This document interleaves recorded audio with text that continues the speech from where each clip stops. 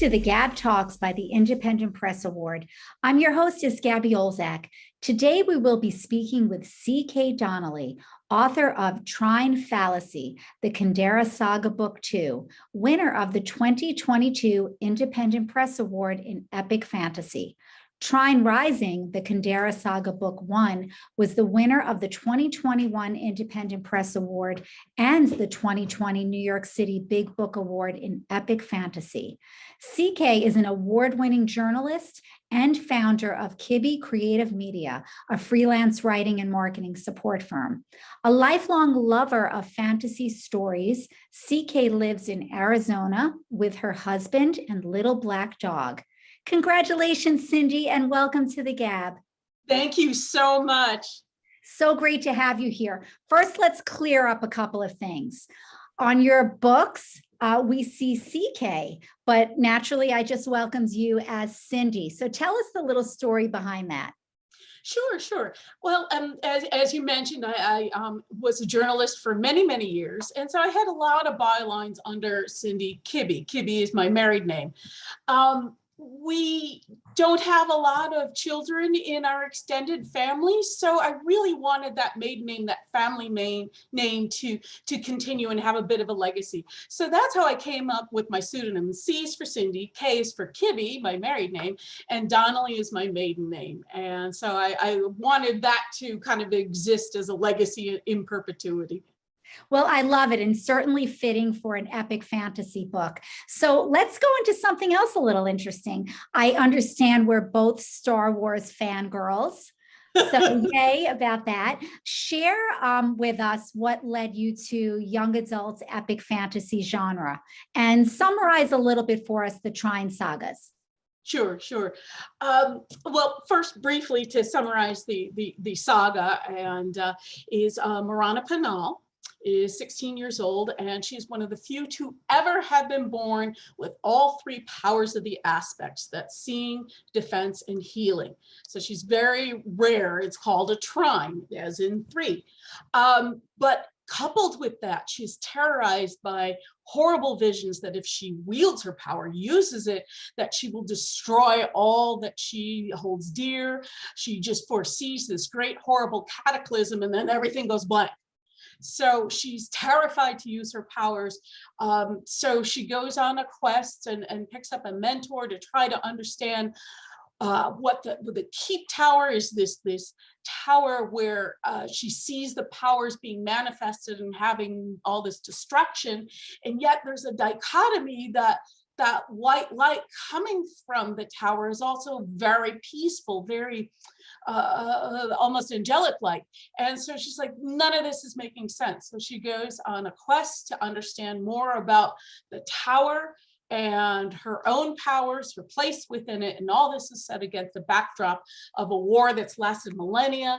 And currently there is her antagonist, which is the Dark Trine, who we think is trying to become overlord of the whole land of Kinderra. So that kind of sums up the basic premise of the whole trilogy.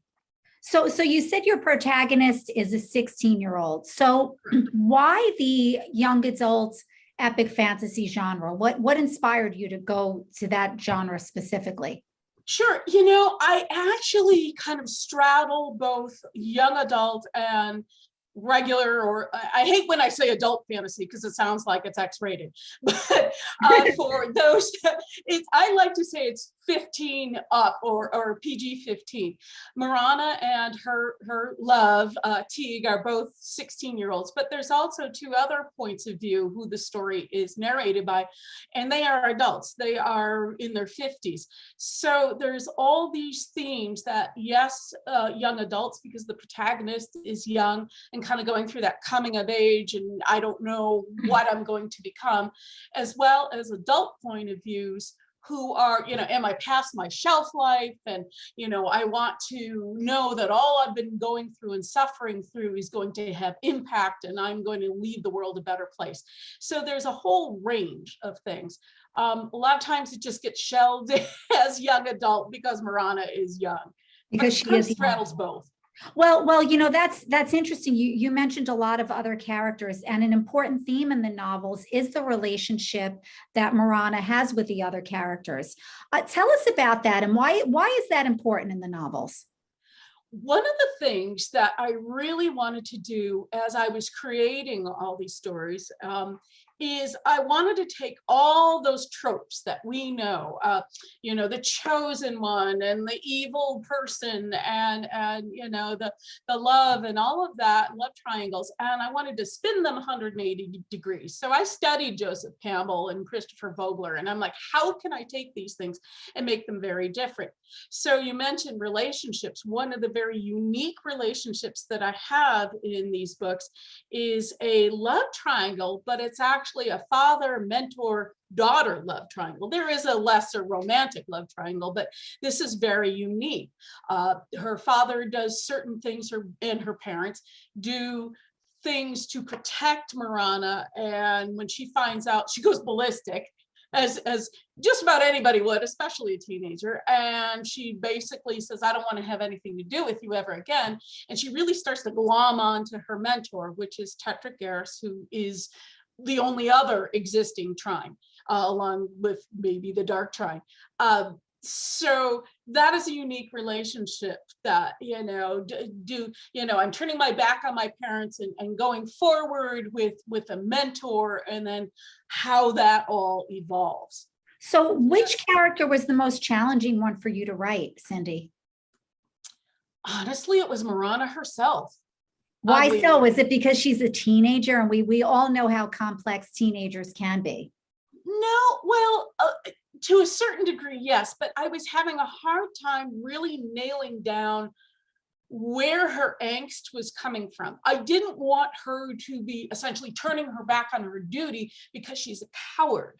I didn't want that to come through. I didn't want it to think that people are afraid she doesn't want to die, or she just doesn't want to, work that hard or whatever. So I really had to make a very strong conflict that she desperately wants to use her powers, but she's thinking that if I do, things will become even worse than they are now.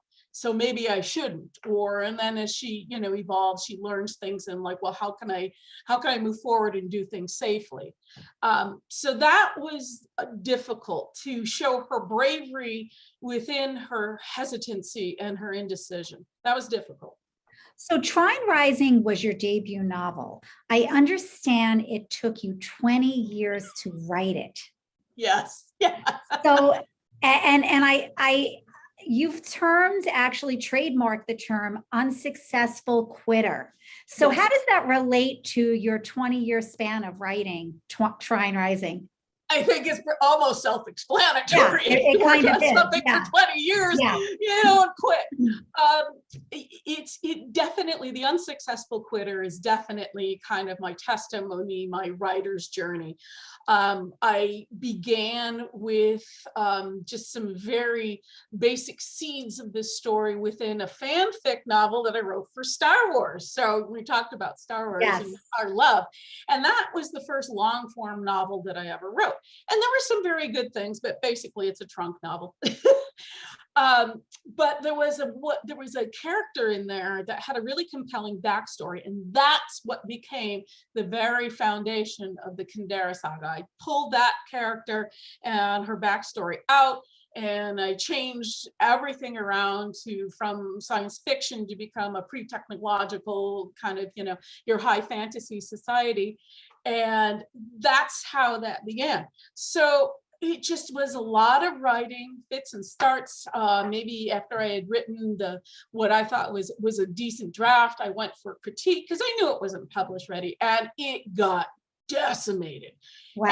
And it crippled me. I almost quit my journalist job because I thought I was that bad a writer. I mean, which says more about me than the critiquer, but it was crippling. And so that took a long time to overcome that. And when I was ready to face it again, that took like 14 years before I picked it up again. Wow. Now, within all of that, there was a lot of life, parents getting sick and dying and moving cross country and layoffs. And so there was a lot of that involved too. So I didn't really pick it up again until 2016. And that's when I really dug into it in earnest and took workshops. And I took one huge story and whacked it into three, which ends up being the three novels, Kinderra, Trying Rising, Trying Fallacy, and soon to be released, Trying Revelation. So that one long story became a trilogy. So, and then, you know, you go through all the harrowing things of trying to get an agent. And unfortunately, I never was able to get representation. So I had a big kind of earth-shattering moment.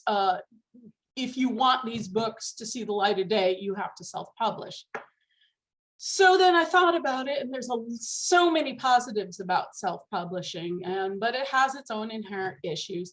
And so that became, you know, several years of putting things together. So that's how Unsuccessful Quitter. You may want to quit, but you were just compelled by that fire in your belly, that passion, that perseverance, and that just keeps you going no matter what. Well, that's great advice for aspiring authors, that don't give up just because you don't have an agent. There are certainly other avenues these days. Right, right. And so many other authors that are established, like I believe even lately Brandon Sanderson has bought back rights or is doing something on his own aside from his publisher. So there is a trend of even represented authors wanting to have more creative control and buying back their rights or just issuing new books outside of their publisher. So we are not going away. We are only becoming stronger. And that's, of course, wonderful for us to hear. So tell us about the process of designing your covers, which are really very intriguing as well. Thank you so much. I wanted it to be eye-catching and different as any cover. And I know in the last couple of years, especially with YA, you have a lot of very kind of flowery things like a wreath, and then they'll have a crown and a skull, or a crown and a knife, and they all look very generic. And I didn't also want to do the 3/4, you know, pulled back camera shot. That's kind of no longer done, of the characters, you know, and taking a scene from the book. That's right. Really no longer done anymore. So what else could I do? So that's why I chose the amulets. And each amulet that is depicted on the cover is very central to the meaning of the book. To something important going on in the book. It's not just there for decoration. It is very central to the plot. Now, did you design it yourself, or did you have a designer? No. I write well. I know my way around Photoshop, but I can't draw. The first one was put together by a cover artist named Jennifer Givner out of Acapella Book Design. She did a phenomenal job. But in the process of working through that particular style about her, a lot of it was like clip art or stuff from a stock photo. And you can only manipulate it so much, and there's difference in the rights. So I knew, as I did, you know, characters and other covers, I knew I wanted to have completely worldwide rights of my own, so you can merchandise, because you can't merchandise certain things. The covers, maybe you can, but other things. So with book 2, I went with an illustrator, Kim Dingwall, out of Australia, phenomenal artist. And so that way I had more legal rights over being able to use images for merchandising. Well, the covers are terrific. So, I mean, how do you come up with this stuff? Honestly, it's a question I often wonder about with all of these types of books and movies. Where did you draw your inspiration for the Kinderra world, which is extremely complex, and the culture, the language? What inspired you? There were several points of inspiration. Certainly Star Wars. I loved the idea that you had a realistic, gritty, you know, war struggle going on with characters that might be a little gray. But there was that element of fantasy, as we know, the Jedi Knights. And I loved magic. I mean, loved Lord of the Rings. Who didn't? Yes. I loved Pern, Dragon Rise of Pern with Anne McCaffrey, and the Dearney Chronicles with Catherine Kurtz. Those just really inspired me. So I kind of wanted that feeling that you have something that's quite realistic, yet you have magic. So that's kind of the pathos that I wanted to get across. And from there, then I created the toolbox. How does the magic work? What are my metaphysical rules, if you will? That was important. Before I ever wrote any sort of outline or anything, I had to understand deeply how the magic would work. And I didn't want magic to become a deus ex machina where you just blink, I dream a genie, and everything's solved. So there's a cost to using the magic. My people are more, normal human mortals with some special abilities than they are superheroes, because they can very well be killed, and they have normal human lifespans if they aren't killed on the battlefield. So that was important to bring that in. These are people that are pretty much just like us with, a few extra abilities. So it really began working through the mechanics of the world. Okay, so this is the magic. What does that mean? Does everybody have magic, or is it just a certain subset of people? So yes, I did the old Punnett square to figure out genetic passability, and created the culture from that. There's 9 provinces, and just like in this country, different parts of the country have slightly different cultural norms, even though we're all one country, at least so far still. So, it was one step after the other. Geography played a huge role in how everybody relates to each other, because, you have to travel and trade and all that. So it was really layer upon layer, but starting with the magic and the people. Well, it really is a fascinating world. So you did mention Trine Revelation, book 3 of the Kinderra Saga. So when can we read it? When can we buy it? And what can you tell us about it without spoilers? Sure. I literally 10 minutes before we went on, I think I finished my last uploads into KDP, Amazon, and Ingram. Wow. So it's coming, however long it takes for them to go through the file checks and creating the book block. So we're just days away from that being able to be launched and purchased. So I'm thrilled with that. This is, it's the end of the trilogy, but it's certainly not the end of the central saga with Marana and her and what else she goes through. So it kind of completes this first opening salvo, if you will. All our questions get answered about, Marana's powers and all the visions that she's had and what happens to the war and all of that. That's always my favorite, when all your questions get answered. It's so satisfying. Yes, absolutely. But I expect to do 8 or 9 books in the central series. So it is certainly not the end of Marana as we know her. Well, that was my next question. Is this the end of the Kinderra Saga? And what are you working on now? No, absolutely not. At least I hope so. They are expensive to produce. so please, people, buy my book. Well, and that brings me to my final comment, Cindy. How can listeners and readers find out more about you and the Trine Sagas? Absolutely. You can, the most obvious place is to go to my website, ckdonnelly.com. And everything's there. You can click on there, and it has links to purchase the books from whatever bookseller you prefer, whether it's Amazon, Barnes & Noble, independent. So they're all there. And I have about me pages there. I try to keep up with it. I'm very active on social media, so follow me on the big 3. Instagram is probably my primary one, Facebook, lesser extent Twitter. I'm starting to dabble with TikTok with some of my videos. So we're there.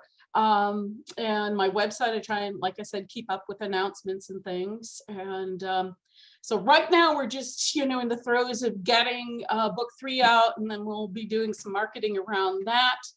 And hopefully, knock on wood, our next thing would probably be the audiobook for Trine Rising Book 1. I can't wait to do that. Oh, that'll be fantastic. Cindy, this was so fun. Looking forward to more from you. I love the world. It's fascinating. It's Thank exciting. you. Thank you so much for joining us today. This is Gabby Olzak of the GAB Talks. Next podcast, we will chat with author Ann Cates Sullivan. Until next time,